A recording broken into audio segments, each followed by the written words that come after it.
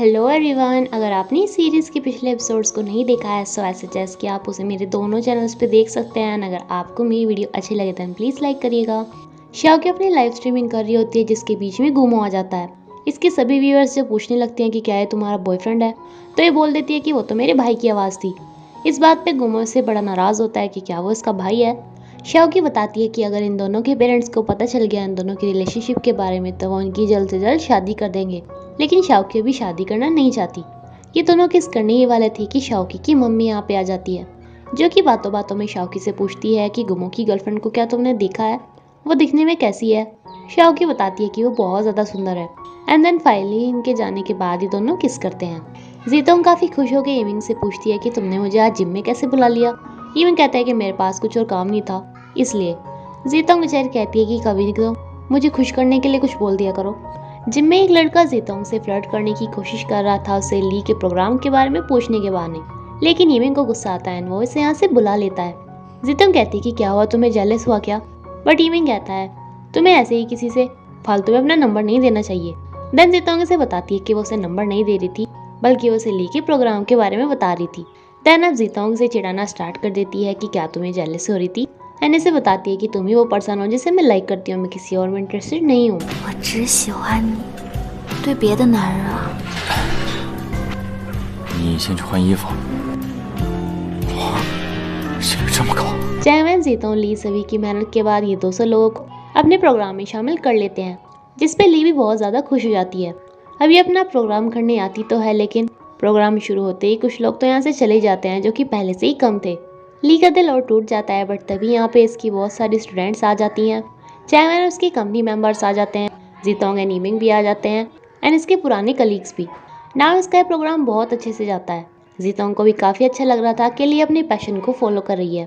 यमिंग इससे कहता है कि तुम्हें भी ऐसी चीज़ ढूंढनी चाहिए जिसे कि तुम बहुत ज़्यादा लाइक करती हो, लेकिन मेरे अलावा अपने करियर को लेकर।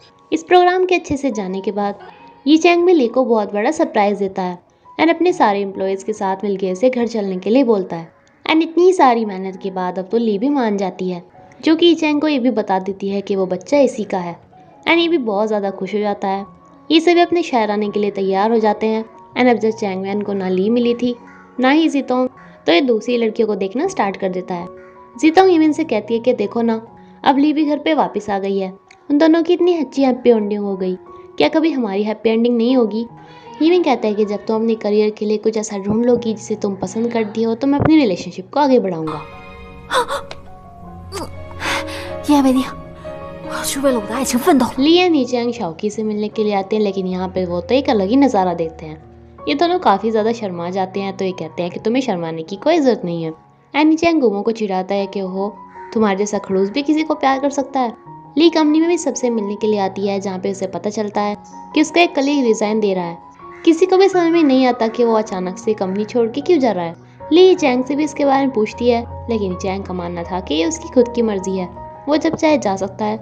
ये दोनों किस करने ही वाले थे कि जीतोंग का फ़ोन आता है, जो कि रो रही होती है बिकॉज उसे अपना पैशन नहीं मिल रहा होता। ली से पूछती है कि वो किस चीज़ को लाइक्स करती है, तो ये बताती है कि मुझे फैशन स्टाइल्स का बड़ा शौक है।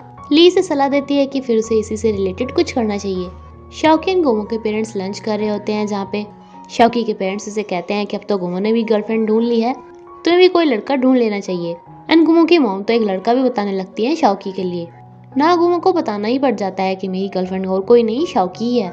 एक बार तो उनके पेरेंट्स शॉक हो जाते हैं, बट बाद में बहुत ज़्यादा खुश हो जाते हैं। ये चैंग को पता चलता है कि जो गेम उसने अली ने इतनी ज़्यादा मेहनत से बनाया था उसका स्विफ्ट कोड चोरी हो गया है, एंड वो भी उसी कंपनी ने चोरी किया है जिसने 3 साल पहले लीमान के थ्रू किया था।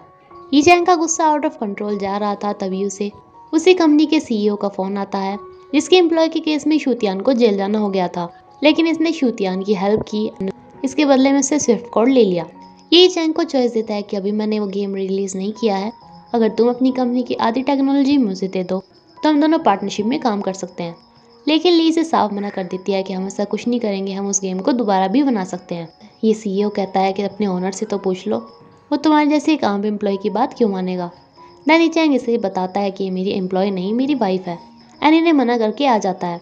ली के घर पे तियान आता है, जिसे देखकर ली को तो काफ़ी ज़्यादा गुस्सा आता है, लेकिन ये चैंग काफ़ी ज़्यादा नॉर्मल था क्योंकि इन दोनों की प्लानिंग थी। वैसे अगर ही चैंग को सब कुछ मालूम था तो झूठ मूठ में इतना गुस्सा करने की क्या जरूरत थी। अगर ली को चोट लग जाती तो। दूसरी कंपनी ये गेम रिलीज कर देती है, लेकिन उन्हें झटका लगता है देखकर के स्विफ्ट कोड में तो कुछ था ही नहीं, बल्कि तियान ने इन्हें गलत स्विफ्ट कोड दिया था। जब तियान जेल में जाने की कगार पे था तो इस सीईओ ने इसके पास दो चॉइस रखी थी, पहला कि इन्हें स्विफ्ट कोड दे के घर जाए या फिर दूसरा कि जेल जाए। तियान इसके लिए राजी नहीं था तो इसने इसे एक दिन का वक्त दिया था, जिसमें इसने ही चैंग को सारी बात बता दी थी। ली कहते हैं कि अच्छा तो तुम मेरे प्रोग्राम में उस दिन ही चैंग से मिलने के लिए गए थे। एंड तियान कहता है कि हाँ, और क्या मैं तुम्हारा वो लोकल सा प्रोग्राम देखने जाता। इस कपल का रोमांस दोबारा से स्टार्ट होता, तभी यहाँ पे यीमिंग आ जाता है, जो कि ये चैंग से पूछता है क्या जीताऊं क्यों नहीं आई। ये चैंग इसे बताता है कि तुम्हारी वजह से ही तुमने उसे इतना बड़ा काम जो दे दिया। 武生哥，给我听听。叫嫂子。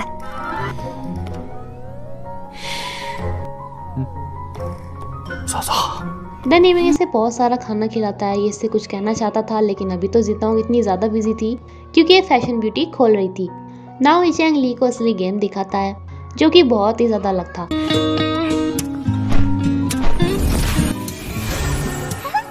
灵宠收集成功，是否合成？ यहाँ पे इसे एक ऑफिशियल शादी के लिए प्रपोज करता है। जैसे कि ली की शिकायत थी कि इसने इसे रिंग नहीं दी, तो इसे रिंग भी गिफ्ट करता है। एंड ये ली का वो आइडिया था इस गेम का, जहाँ पे वर्चुअल वर्ल्ड को रियलिटी से मिलाया जा सकता है। सभी इस गेम से काफी ज्यादा खुश थे, तभी यीमिंग जीतोंग को बुला लेता है, जो कि जीतोंग को एक जगह गिफ्ट करता है जहाँ पे अपना फैशन ब्यूटी खोल सकती है। एंड इसे बताता है कि 2-in-1 शॉप होने वाली है, क्योंकि अपना कैफे भी मैं यही खोलूंगा। जीतोंग को यहाँ पे आके और भी बड़ा सरप्राइज मिलता है। एंड ये कहती है कि तुमने मेरे लिए इतना सब कुछ क्यों किया, कहीं तुम मुझे नहीं, ऐसा तो हो ही नहीं सकता। यीमिंग कहता है कि क्यों, ऐसा क्यों नहीं हो सकता, मैं बस इतना चाहता था कि तुम दुनिया में ये भी देखो को मेरे अलावा भी बहुत कुछ है। अब तुम्हें तुम्हारा टारगेट मिल गया है। देन यीमिंग इसे अपनी गर्लफ्रेंड बनने के लिए पूछता है। 我愿意，我愿意，我愿意。冷静冷静冷静。 जीतोंग को तो इस पे यकीन ही नहीं आ रहा था, एंड इसे डर था कि कहीं यीमिंग आज हाँ बोल के कल को ना कर दे, इसलिए इन दोनों की फोटो भी पोस्ट कर देती है। इन दोनों की लाइफ भी हैप्पी हो गई थी। तभी इसके पास लीमान का कॉल आता है, जो कि ली को मिलने के लिए बुलाती है। लीमान ने इसके साथ जो कुछ भी किया था उसके लिए इससे सॉरी मांगती है। ली कहती है कि मैं तुम्हें माफ तो नहीं कर सकती, लेकिन जैसा अब चल रहा है बस ऐसे ही चलने देते हैं। और क्या अब तुम ईचैंग को पूरी तरह से भूल गई हो? लीमान भी कहती है कि मैं उसे भूली तो नहीं हूँ, लेकिन जैसा चल रहा है बस ऐसे ही चलने देते हैं। ये हमारी लास्ट मीटिंग है, क्योंकि मैं अपनी पापा की सर्जरी के लिए अब्रॉड जा रही हूँ। यानी कि लीमान इनकी लाइफ से हमेशा के लिए अब चली जाती है। अब जब इन पेरेंट्स को पता चल गया था, तब शाओकी एंड गुमो भी शादी कर रहे थे, जो कि एक अलग ही अंदाज में यहाँ पे आते हैं। कंपनी में दाहोंग एंड जेई का रोमांस चालू था, तो ये सिंगल बॉयज कहते हैं कि कम से कम हमारी तो शर्म करो। एंड ध्यान कहता है कि मैं तो एज में भी कम हूँ, मुझे तो ये सब मत दिखाओ। देन इस जगह को छोड़कर यीमिंग के पास जाने लगते हैं, लेकिन अब तो यहाँ के नज़ारे भी कुछ अलग ही थे। यीमिंग जीतोंग से पूछता है कि तुम्हें मुझसे प्यार आखिर हुआ कब से था। जीतोंग बताती है कि जब मैं छोटी थी तो मेरा भाई तो हमेशा मुझसे पागलों की तरह मुझसे पीछे छुड़ाना चाहता था, लेकिन तुम मेरी गलती पे भी मुझे कभी नहीं डांटते थे और मेरी बहुत ज़्यादा केयर करते थे।